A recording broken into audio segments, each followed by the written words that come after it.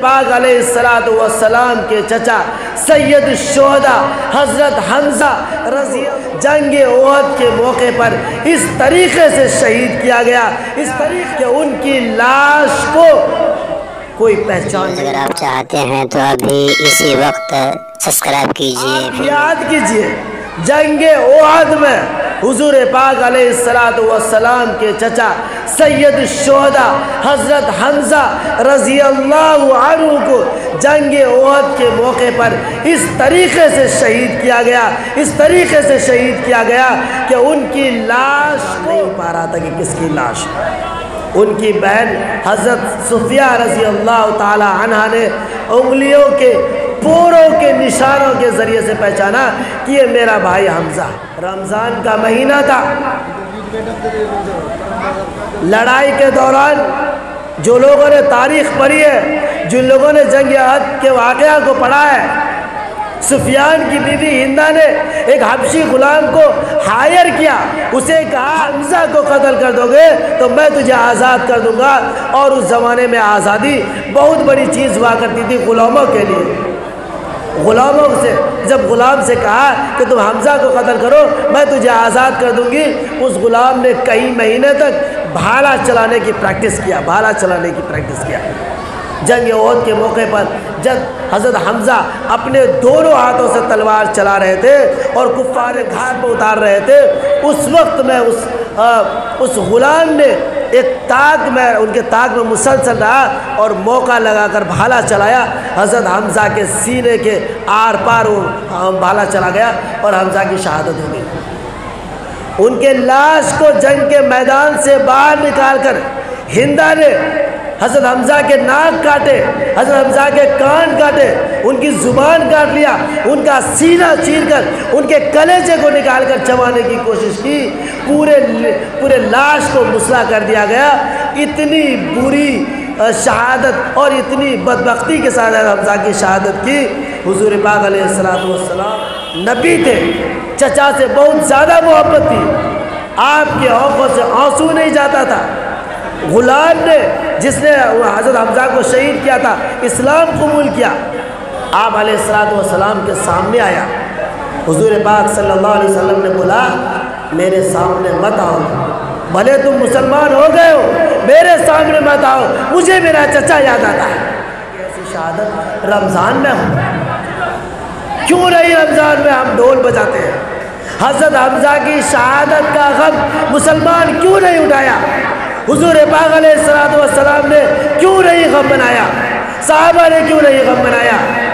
اور مسلسل کئی ہزار صحابہ موجود تھے، کیوں غم نہیں منایا؟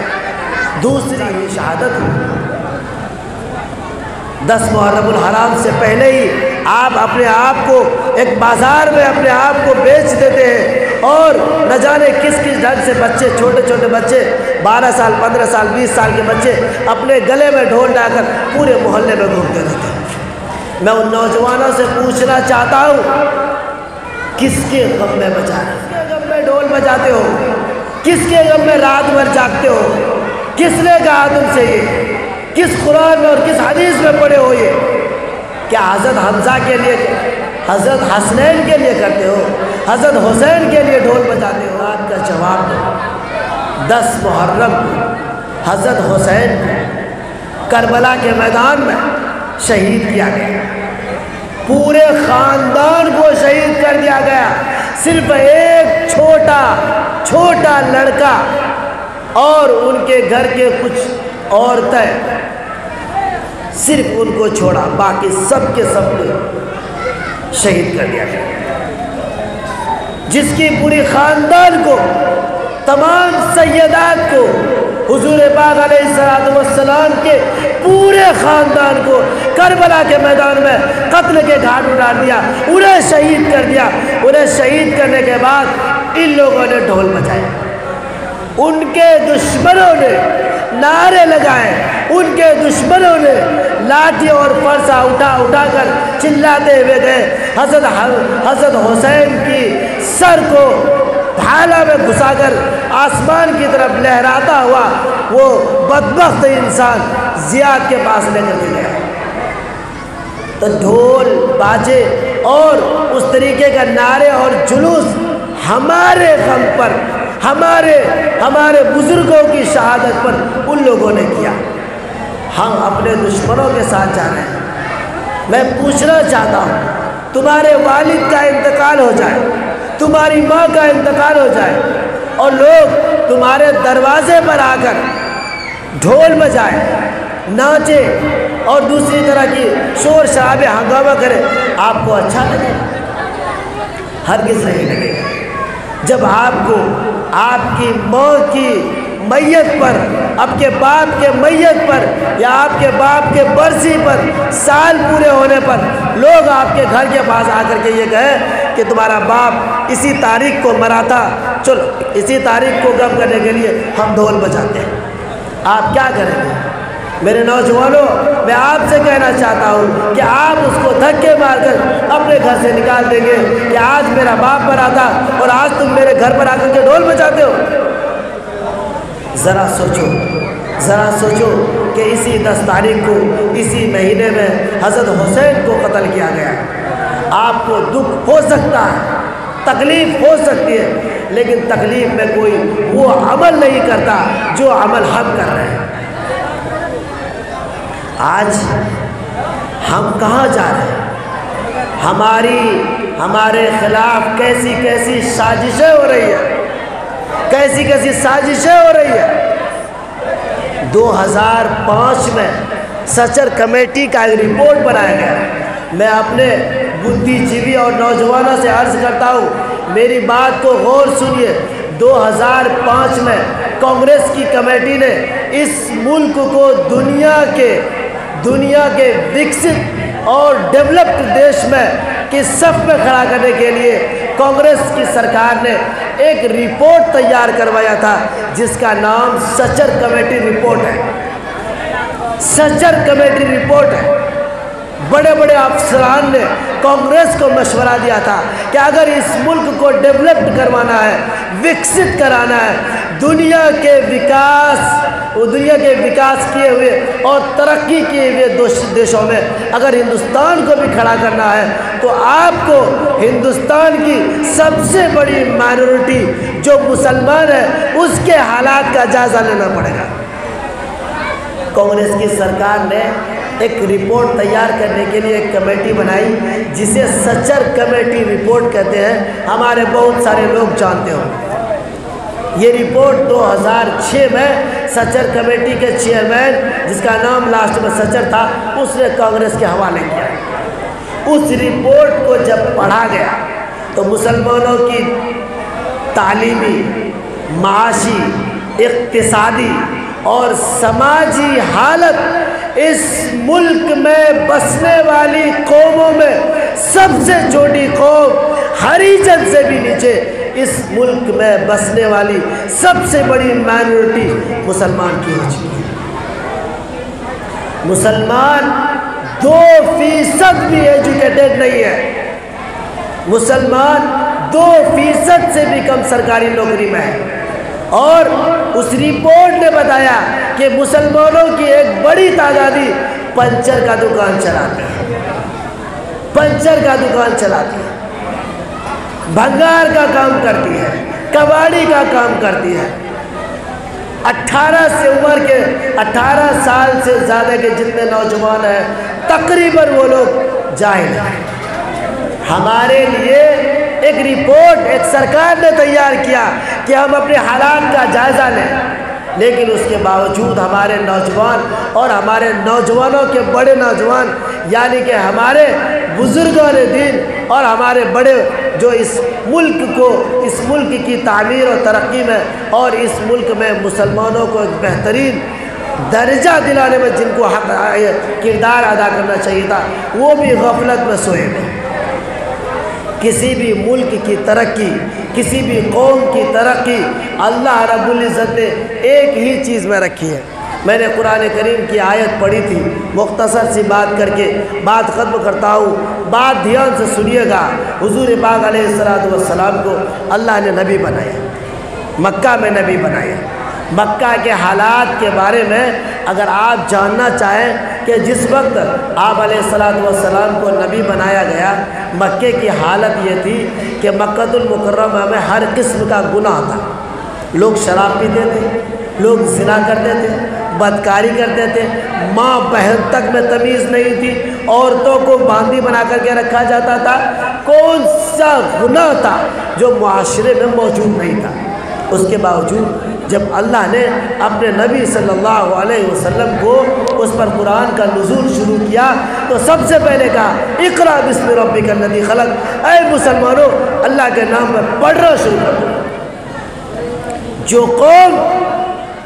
جو قوم تعلیم یافتہ ہوگی وہی قوم دنیا میں سرفراز ہوگی اور دنیا میں بلندی پر پہنچے گی۔ جو قوم جاہل ہوگی وہ کبھی آگے نہیں بڑھ سکتی۔ اور جب ہمارا تجزیہ کیا گیا، جب ہماری رپورٹ تیار کی گئی تو ہماری حالت کیا ہے؟ ہم دنیا کے دوسری قوموں کے مقابلے میں سب سے زیادہ جاہل قوم۔ دوسری قوم پلاننگ کرتی ہے، 2 بچہ ہوگا، ایک بچے کو ڈاکٹر بنائیں گے، ایک بچے کو انجینئر بنائیں گے، ایک بچے کو پروفیسر بنائیں گے، ایک بچے کو آفیسر بنائیں گے۔ یہ پلاننگ کرتی ہے اور اس کی تعلیم میں اور اس کو پڑھانے میں، اس کے کالج کے لیے پہلے سے بجٹ تیار کرتی ہے۔ کتنا روپے کی آمدنی ہے؟ 20,000 روپے کی آمدنی ہے، 10,000 بچے کی تعلیم میں خرچ ہو۔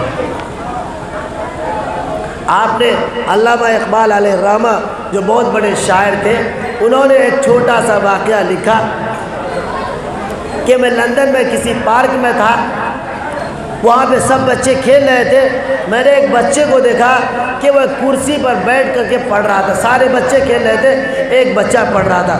میں نے اس بچے سے پوچھا کہ تم کیوں کھیل نہیں رہے ہو، تم کیوں پڑھ رہے ہو؟ بچے نے جواب دیا کہ میں یہودی قوم کا ہوں، میں یہودی ہوں، ہماری قوم دنیا میں بہت کم ہے، ہم لوگ دنیا میں ترقی یافتہ نہیں ہے، میں اگر پڑھوں گا نہیں تو ہماری نسل کو آگے کیسے لے کے جاؤں گا؟ ایک چھوٹے سے بچے کی فکر اپنی قوم کو آگے بڑھانے کے لیے یہ تھی۔ اور آج آپ دیکھ سکتے ہیں کہ دنیا کے 90% اکانومی میں، دنیا کے 90% تجارت میں آج یہودیوں کا قبضہ ہے۔ دنیا کے 90% تجارت اور معیشت میں یہودیوں کا قبضہ ہے۔ تو نوجوان نسلیں، ہمارے بچے جو آج چھوٹے ہیں وہ کل بڑے ہوں گے۔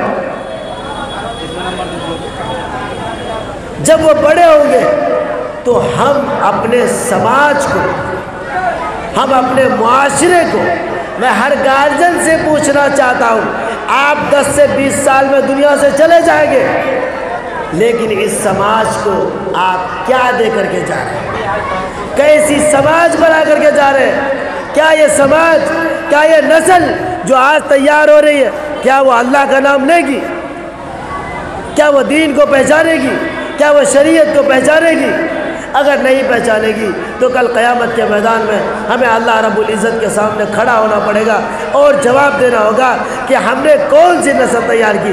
ہمارے مرنے کے بعد ہمارے قبر پر فاتحہ کرنے والی نسل تیار کر رہے ہیں، یا ہمارے مرنے کے بعد ہماری قبر میں ڈھول بجانے والی ایک نسل تیار کر رہے ہیں؟ تمام لوگ اس میں ملوث نہیں ہیں۔ اللہ کا کرم ہے، بڑی خوشی کی بات ہے، سماج میں تبدیلی اور چینجنگ آ رہی ہے، لوگ تعلیم کی طرف جا رہے ہیں، لوگ ایجوکیشن کی طرف جا رہے ہیں۔ تھوڑا بہت جو غلط ہو رہا ہے ہم اس کو بچانے کی کوشش کریں، اسے دور ختم کرنے کی کوشش کریں۔ سماج کے ہر فرد کی ذمہ داری ہے، بڑوں کی ذمہ داری ہے، جس کی بات لوگ سنتے ہیں وہ آئے اور روکیں اور منع کریں کہ آپ اس کام کو نہ کریں۔ اس سے بہتر 10 روز جو بچہ رات بھر اپنے سمے کو برباد کرتا ہے، اگر وہ 10 روز تک اپنے گھر میں بیٹھ کر پڑھائی کرے گا، تعلیم حاصل کرے گا، تو آگے چل کر کے ایک اچھا بڑا مقام حاصل کرے گا، نام حاصل کرے گا اور ایک اچھا شہری بنے گا جس کو ہندوستان کے لوگوں کو اس پر فخر ہو۔ یہی قوم، یہی مسلمان قوم ہے جس نے مولانا ابوالکلام آزاد دیا، یہی قوم ہے جس نے میر عبدالحمید دیا، یہی قوم ہے جس نے ڈاکٹر APJ عبدالکلام دیا، اور بڑے بڑے مسلمان اسی قوم سے پیدا ہوا جس نے ملک کے حالات بدلے. ہماری نسل سے بھی کوئی ایسا نوجوان تیار ہوگا جو ملک کے حالات کو بدلے گا, جو سماج کو بدلے گا, جو مسلمانوں کو ہندوستان میں ایک اونچا مقام دلائے گا, وہ ہماری ہی نسل سے کوئی تیار ہوگا. لیکن جب ہم اس کی فکر کریں گے تب تیار ہوگا. ضرورت اس بات کی ہے کہ ہم کوشش یہ کریں کہ ہم اپنے بچوں کو صحیح راستے پر لے کے جائیں. اس کو یہ نہیں کہے کہ تم ڈھول والے کے مت جاؤ, نہیں, اس کو آپ الگ کام میں لگا دیں. اس کو بولے بیٹھ کے پڑھو, اس کو بولے کہ فلاں کام کرو, اپنے آپ یہ ختم ہو جائے گا. دعا ہے کہ اللہ رب العزت کہنے سننے زیادہ عمل کی توفیق عطا فرمائے. دوستو آپ دیکھ رہے ہیں NB میڈیا یوٹیوب چینل. اس طرح کا ویڈیوز آپ کو ملتا رہے گا. لائک اور سبسکرائب ضرور کر لینا, اور اس ویڈیوز کو اپنے دوستوں میں شیئر ضرور کرنا. پھر ملتے ہیں ایک اور اچھی ویڈیوز لے کر, تب تک اجازت دیجیے. السلام علیکم, خدا حافظ.